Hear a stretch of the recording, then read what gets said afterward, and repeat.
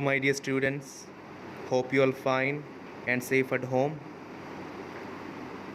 Today we are going to discuss the topic invasion of Timur.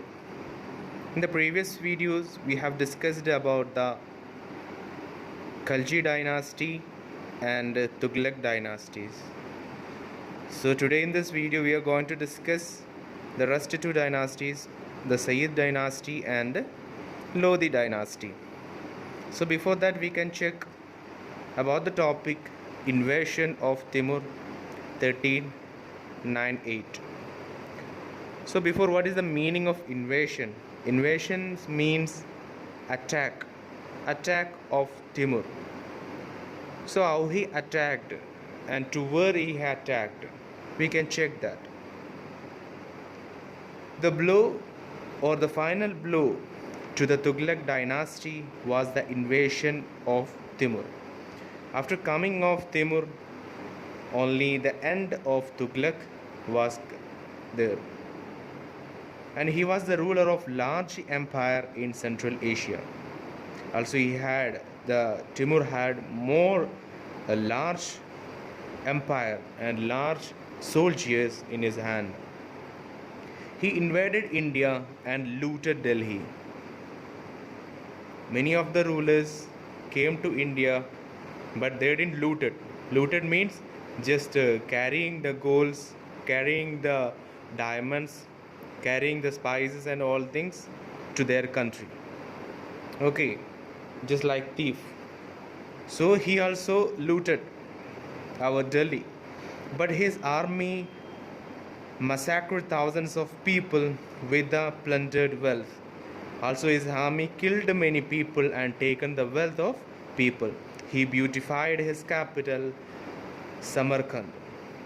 So after looting, after taking wealth of other people, he just beautified his capital Samarkand.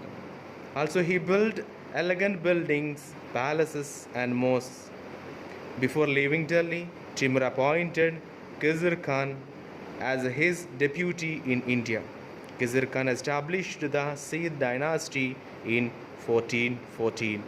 So after the end of Tughlaq dynasty, the Timur was came to rule there, but his ruling time, he just looted India or Delhi, and he just came to build his own kingdom, palaces and all things by looting the money of people. So at the end of Timur, he only just established the Sayyid dynasty, who with permission given by the Timur to Khizr Khan. Khizr Khan was the first member to establish the Sayyid dynasty with the permission of Timur. So we can go through the Sayyid dynasty. The Sayyid Sultans ruled for a brief period. So before, just like Tughlaq dynasty and the slave dynasties, there were lived peoples or the rulers were got more period to rule. But here the Sayyid dynasty got only less period of time to rule. Okay, so we can check who was the first Sayyid dynasty's ruler. Khizr Khan Sayyid was the first Sayyid dynasty's ruler. His period of time of ruling was 1414 to 1421. We can check what are the major steps he have done for the people and for the empire. The Khizr Khan was the governor of Multan under Firoz Shah Tughlaq. After Firoz Shah Tughlaq's death, he supported a son of Firoz in the War of Succession. When Timur attacked India, Khizr Khan joined Timur. And before leaving India, Timur appointed Khizr Khan as the governor of Multan. So Khizr Khan was the Tughlaq's supporter. So when he saw the Timur, Khizr Khan joined Timur and established the Sayyid dynasty. And Khizr Khan also conquered Delhi in 1414 and started the rule of Sayyids. That is the story, or that is the period for Khizr Khan Sayyid. He haven't done any major steps like Alauddin, Alauddin Khilji, or Muhammad bin Tughlaq. Just like other rulers, here the Sayyid dynasty's ruler haven't done any major steps to the people and all. Okay, we can check who is the second ruler of Sayyid dynasty. Mubarak Shah Sayyid was the second ruler of Sayyid dynasty. So his period of time of ruling was from 1421 to 1434. Mubarak Shah succeeded his father Khizr Khan. He was a man of vision and could have revived the glory of the Sultanate. But apart from Khizr Khan, Mubarak Shah Sayyid had more vision, more ideas to establish or to make his empire glorify or to make beautify. And he had more vision and ideas. But the nobles, however, were against him. Most of his time was spent in controlling them. But he had the ideas only, but he didn't spend that ideas to his kingdom, because many of the problems were faced from his nobles and also from chiefs. Okay, while moving to the third Sayyid dynasty ruler was Muhammad Shah Sayyid.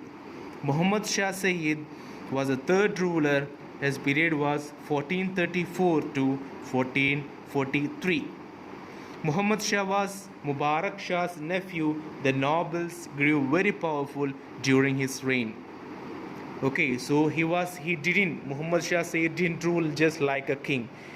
But at the time of Muhammad Shah Sayyid, the nobles got more powerful. He didn't give any responsibility. He just simply stand or sat in a throne only. He didn't give any role to the noble. The noble took themselves the role and they just ruled like a king.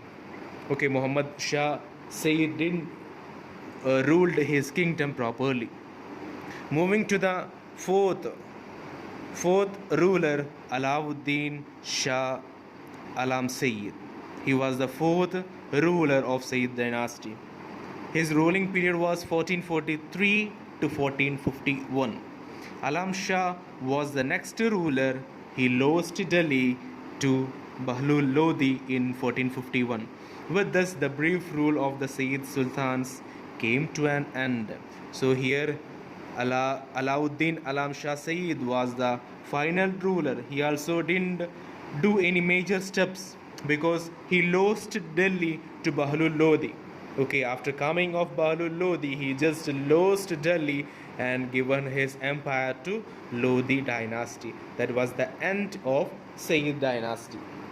Okay, so moving to the Lodi dynasty, the period of 1451 to 1526. So the end of Sayyid dynasty, there rose the Lodi dynasty. All the rulers of the Sultanate were of Turkish origin. So in the Lodi dynasty, most of the people or all the people or the rulers were from Turkey. And the Lodis, however, were Afghans. So mostly all the Lodis also were from Afghans. And we can check who was the first ruler of Lodi dynasty.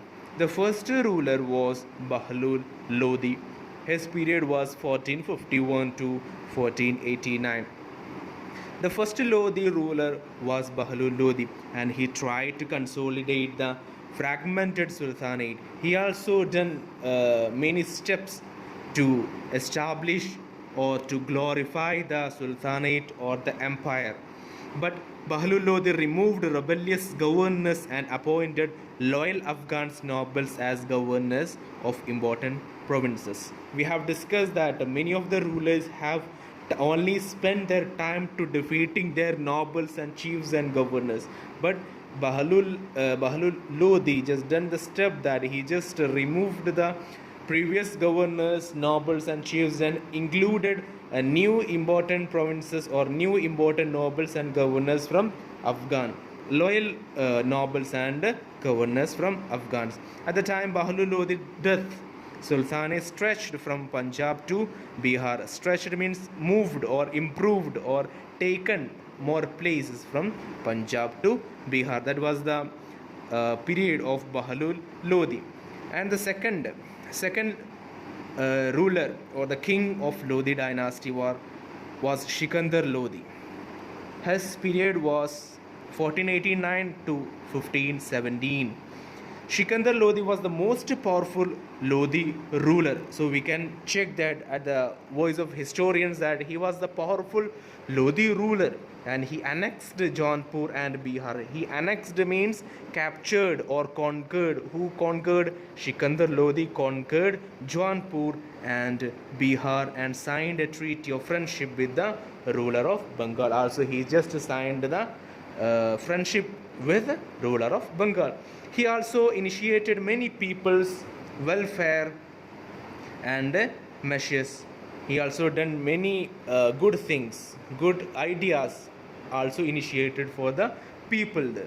Okay, and also Sikandar Lodi founded the city of Agra and made his capital. Sikandar Lodi only founded the city capital, city cap of Agra and made that Agra as a capital of Lodi. Okay, and moving to the third ruler or third king of Lodi dynasty was Ibrahim Lodi. Ibrahim Lodi was the third ruler of Lodi dynasty.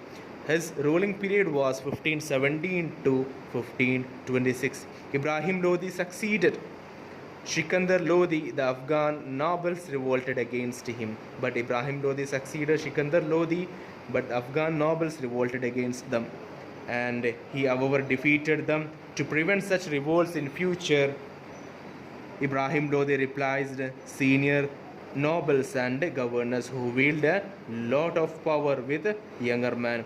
So to Ibrahim Lodi also many of the nobles, governors, chiefs, he got more threatened from nobles, governors and all. So what he have done, he just removed all the nobles, governors, chiefs, and he included or submitted or provided a new younger powerful governors and nobles to his dynasty. And also the replaced nobles conspired with Babur, who overthrew Ibrahim Lodi in the first battle of Panipat in 1526. The Delhi Sultanate provided stability and administration of 3 centuries. So we can check that for 3 centuries they provided a proper stable political stability was there for at the time of Delhi Sultanate. There were not created any problem. People were also interested to the rulers and all. Trade flourished due to the uniform legal system and currency. Trade also flourished. Not only the internal trade were there, also foreign trade were also there at the time.